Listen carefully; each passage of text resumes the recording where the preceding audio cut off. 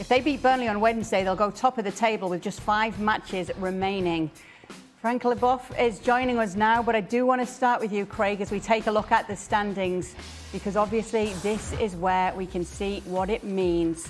Manchester City still with a game in hand, just 3 points behind Arsenal right now. Have Arsenal just blown it, Craig? Well, if City go and give a drubbing to Burnley, their goal difference will get even better, and that's why I expect to happen. Look, I was happy with the way Arsenal approached the game. They didn't come with a negative attitude. They came with a positive lineup.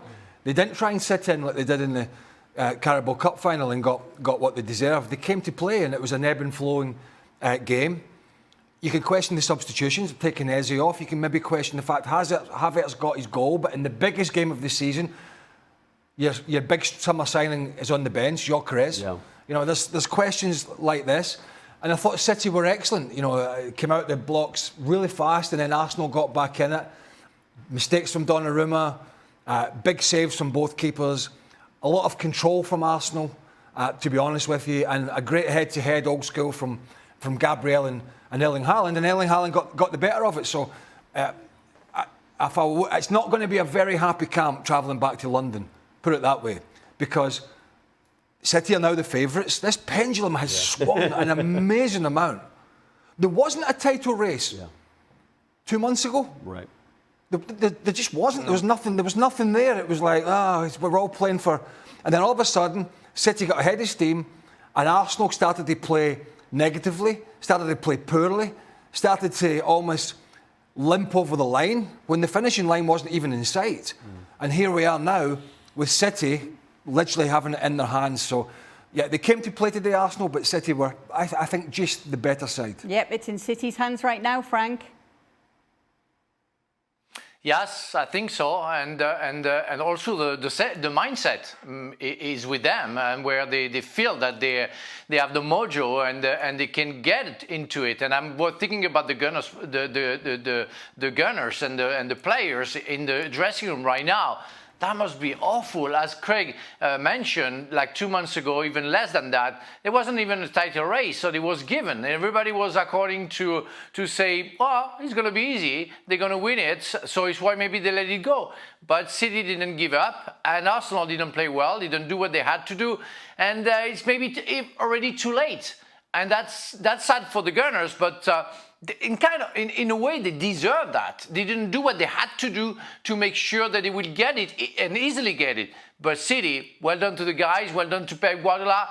They believed that they could do that, and they did it. And today, well, yes, Arsenal played well, but I think the best team won, and deservedly got the 3 points. If we'd see more of this version of Arsenal, could things be different for them in those recent games that we've seen? Yeah, I think potentially. I was a little surprised that they decided to be a little bit more negative and a little more conservative when you could see in today's match away from home, they could have easily scored 3-4 goals inside the post here and free header there. But I mean, at the same time, City could have as well. But you look at the way they played today and the way they set themselves up, you think, why? Against other teams, nowhere near the quality of Manchester City. Bournemouth last week. Yeah, are you just letting teams, you could have done what you did today and outscored your opponents comfortably.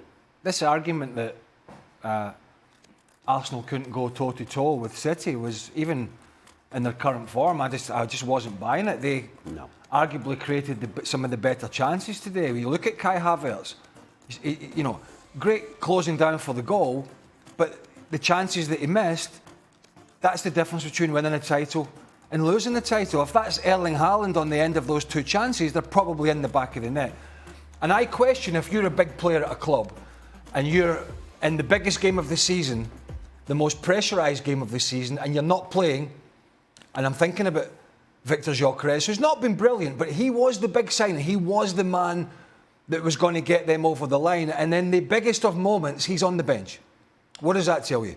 On the biggest of moments, he takes arguably one of their better players off today, and Eze, who was more influential than Martin Odegaard, certainly in the final third.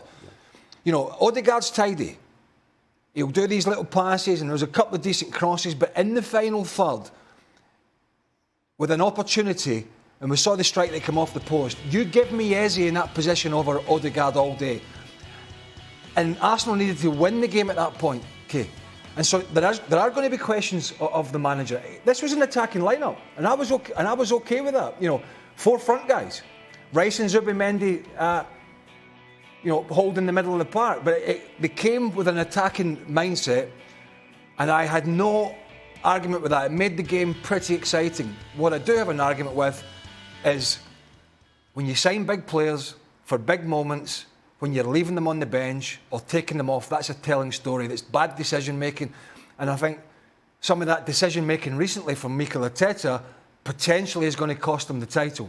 That negative mindset, that the tactics, the team selection, all that sort of stuff is going to be the difference between Arsenal winning and losing this title. And at the moment, they're losing the mental battle. Guardiola is winning the mental battle, and they've got one over on them again today. Do you agree with Craig on the Arteta tactics and the mindset there, Frank? Yeah, I do. And I go back to last season where we said, Arsenal didn't win the title because they didn't buy a striker. And this season they bought a striker, and on the most important game, the guy is on the bench. Yes, he hasn't been the striker we were expecting with scoring lots of goals, but it's also because of Mikel Arteta's tactic, and where he doesn't cross ball. And today, the only cross he got, others were there, but he missed it. So there are so many little details that you can sort out, and it's hard to say because football is made of details and mistakes.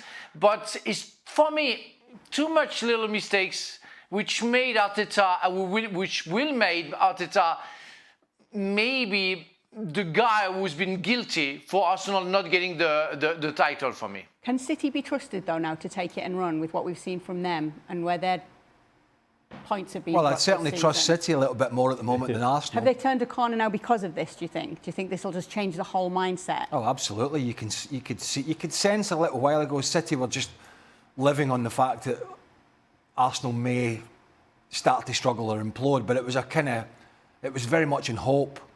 Now it's there for them to go and grasp and carry the baton and go all the way to the end and get the results ahead of Arsenal if they can. I don't know when all the fixtures are coming out, but particularly if you can play ahead of when Arsenal are playing and you get neck and neck with them with the game in hand against Burnley, and all of a sudden if you play before them on the weekend, you're just piling the pressure on.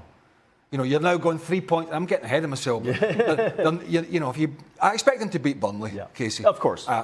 So they'll be level on points, better on goal difference, and then you're hoping to go out. You win the next game, and then you say over to you. Yeah. That's putting the pressure on, and Arsenal at the moment look as if they're a side that can't handle the pressure. Yeah, they were better today. I mean, if they played like that against Southampton, they would have won. If they played like that against Bournemouth, they'd probably have won. But they didn't. They did not. They played with fear, which they didn't today. They didn't play with fear today. They believed today they could win. They just didn't win the game.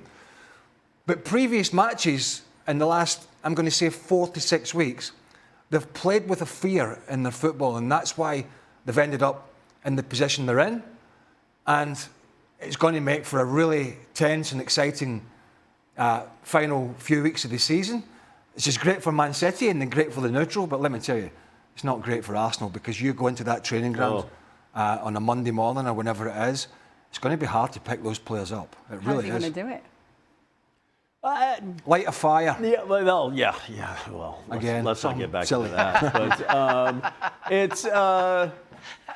But I think you still look at it and you say, okay, look, it's not like we've seen in the Bundesliga where Bayern have right now, I think, a plus 52 goal difference or something insane like that. The goal difference is right there. I agree with you. They beat Burnley 3-0, 4-0. That gives them the little edge on goal difference. But it's not like even now that you fully expect after the game in hand is done that it's all square. But it's right there. And I think it also adds a different pressure to Manchester City now. Where before, when you said 2 months ago, there was no title race. They could just go and play and, if it happens, it happens. Well, now it's there. It's there for them as well. So if you're Arsenal, yes, you need to somehow find a way to re-spark and rewatch this match and look at the highlights and go, you very easily could have won this game, or could have very easily gotten a point in this match as well. Ask and we shall give. Here's the remaining schedules by the match day. Obviously, in terms of when they're played, if it's before or after the other, we can't quite tell you that at this minute. But this is what we're looking at for the run-in. It's not the most difficult for either side, but in paper. But let me tell you, when it gets to this stage of the season, all the games become relatively difficult. Little shout out as well. Guardiola and Diaz are out. The partnership of Gay and Kusanov looks quite good. And a big shout out to the young Uzbekistan man, Kusanov, who, you know, when he came in and played in some big games, he had every City fan, you know, wearing a blindfold or turning the opposite way because he just looked a nervous wreck, the young guy. But isn't it nice to see a young player getting better and better and better as Kusanov is? What's the hardest game for City in that run? I wondered why that graphic was staying up as long as it was. I wanted a bit more face time. You know what I mean? Look, as I said, hard games, easy games, pressure end of the season. You can pick and choose. I think obviously Burnley for City is the easiest game coming up. It should be. They got walloped at Nottingham Forest today after being in the lead. But I go back to people doing particularly well.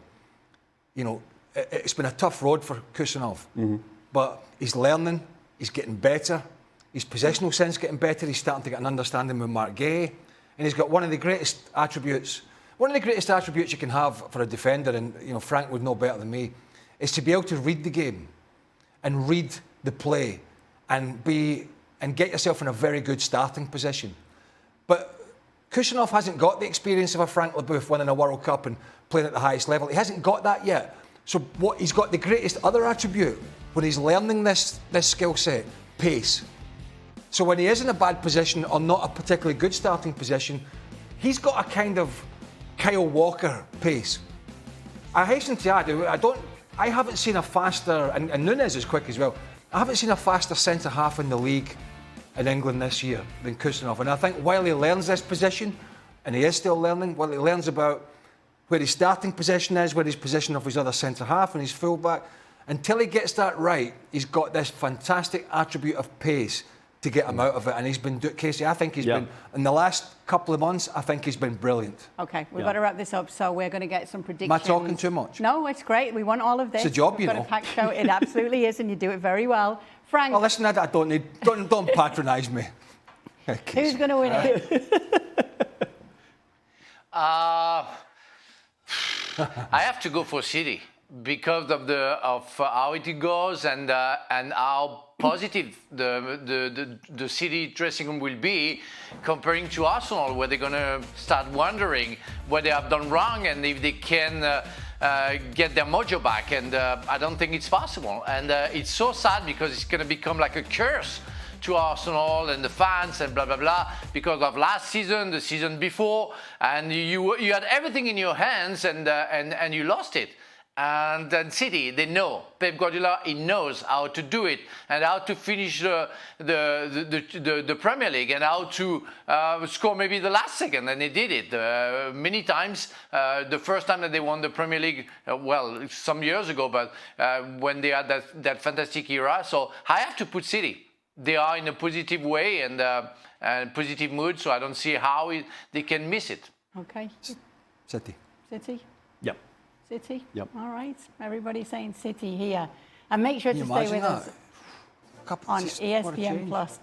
Manchester City will be back in action against Southampton April 25th as the FA Cup returns to your screens. April 26th, it's Chelsea against Leeds. You can catch both games on ESPN Plus and one of them on ESPN 2.